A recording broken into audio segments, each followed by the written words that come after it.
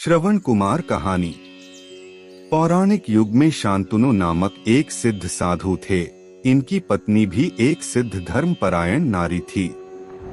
कहानी उस समय की है जब शांतनु और उनकी पत्नी बहुत वृद्ध हो चुके थे और उनकी आंखों की रोशनी भी चली गई थी।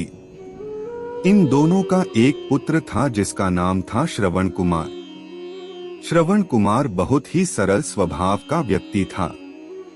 माता पिता के लिए उसके मन में बहुत प्रेम एवं श्रद्धा थी। वो दिन रात अपने माता पिता की सेवा करता था। अपने माता पिता का बच्चों की तरह लालन पालन करता था। उसके माता पिता भी स्वयं को गौरवशाली महसूस करते थे और अपने पुत्र को दिन रात हजारों दुआएं देते थे।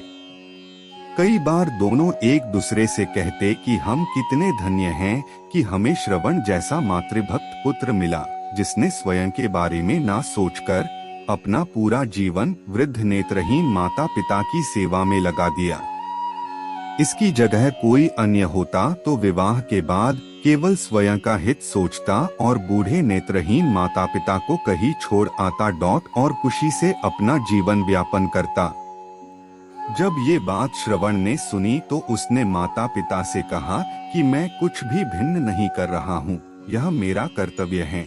जब मैं छोटा था तब आपने मुझे इससे भी ज्यादा अच्छा जीवन दिया और अब मुझे यह सौभाग्य प्राप्त हुआ है कि मैं आपकी सेवा करूं। आप दोनों जो भी इच्छा रखते हैं मुझसे कहे, मैं उन्हें अवश्य पूरा करूंगा। तब शांतनु और उसकी पत्नी कहते हैं, पुत्र श्रवण, हम दोनों की आयु बहुत हो चुकी है। अब जीवन का कोई भरोसा नहीं है। किसी भी समय हमारी आंखें बंद हो सकती हैं। ऐसे में हमारी एकमात्र इच्छा है, हम तीर्थ यात्रा करना चाहते हैं। क्या तुम हमारी यह इच्छा पूरी कर सकते हो? श्रवण कुमार अपने माता पिता के चरणों को पकड़कर अत्यंत प्रसन्नता के साथ कहता है, हाँ पिताश्री, यह तो मेरे लिए परम सौभाग्य की बात होगी कि मैं आप दोनों की इच्छा पूरी करूं। श्रवण अपने माता पिता को तीर्थ करवाने हेतु एक कावड़ तैयार करता है, जिसमें एक तरफ शांतनु एवं दूसरी तरफ उनकी पत्नी बैठती हैं और कावड़ के डंडे को अपने कंधे पर लादकर यात्रा शुरू करता है। उसके हृदय में माता पिता के प्रति इतना स्नेह है कि उसे उस कावड़ का लेशमात्र भी भार नहीं लगता। अपने पुत्र के इस कार्य से माता पिता का मन प्रसन्नता से भर उठता है और वे पूरे रास्ते अपने पुत्र श्रवण को दुआएं देते चलते हैं। तीर्थ करते समय जब वे तीनों अयोध्या नगरी पहुंचते हैं तब माता पिता श्रवण से कहते हैं कि उन्हें प्यास लगी है। श्रवण कावड़ को जंगल में रखकर हाथ में पत्तों का पात्र बनाकर सरयू नदी से जल लेने जाता है। उसी समय उस वन में अयोध्या के राजा दशरथ आखेट पर निकले थे और उस घने वन में वह हिरण को शिकार बनाने के लिए उसके पीछा कर रहे थे। तब ही उन्हें घने जंगल में झाड़ियों के पार सरयू नदी से पानी के हलचल की आवाज आती है।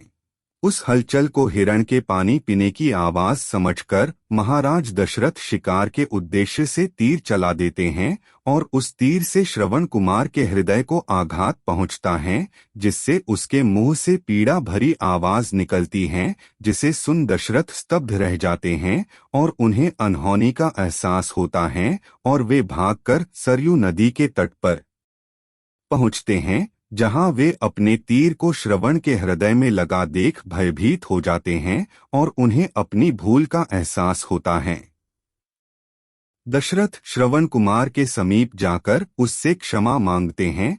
तब अंतिम सांस लेता श्रवण कुमार महाराज दशरथ को अपने वृद्ध नेत्रहीन माता पिता के बारे में बताता है और कहता है कि वे प्यासे हैं, उन्हें जाकर पानी पिला दो और उसके बाद उन्हें मेरे बारे में कहना। और इतना कहकर श्रवण कुमार मृत्यु को प्राप्त हो जाता है। भारी हृदय के साथ महाराज दशरथ श्रवण के माता पिता के पास पहुंचते हैं और उन्हें पानी पिलाते हैं। माता पिता आश्चर्य से पूछते हैं, उनका पुत्र कहाँ है?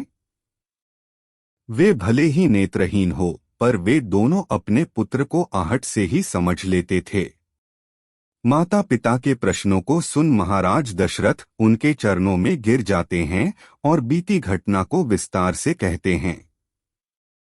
पुत्र की मृत्यु की खबर सुनकर माता पिता रोने लगते हैं और दशरथ से उन्हें अपने पुत्र के पास ले जाने को कहते हैं। महाराज दशरथ कावड़ उठाकर दोनों माता पिता को श्रवण के शरीर के पास ले जाते हैं। माता पिता बहुत जोर जोर से विलाप करने लगते हैं। उनके विलाप को देख महाराज दशरथ को अत्यंत ग्लानि का आभास होता है और वे अपनी करनी की क्षमा याचना करते हैं, लेकिन दुखी पिता शांतनु महाराज दशरथ को श्राप देते हैं कि जिस तरह मैं शांतनु पुत्र वियोग में मरूंगा, उसी प्रकार तुम भी पुत्र वियोग में मरोगे। इतना कहकर दोनों माता पिता अपने शरीर को त्याग मृत्यु को प्राप्त हो जाते हैं।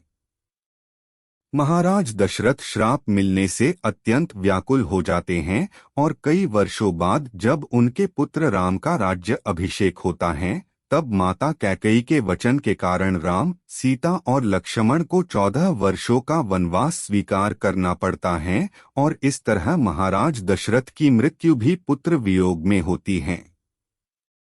अपने अंतिम दिनों में उन्हें शांतनु के कहे शब्द याद आते हैं और वे राम के वियोग में अपना शरीर त्याग देते हैं।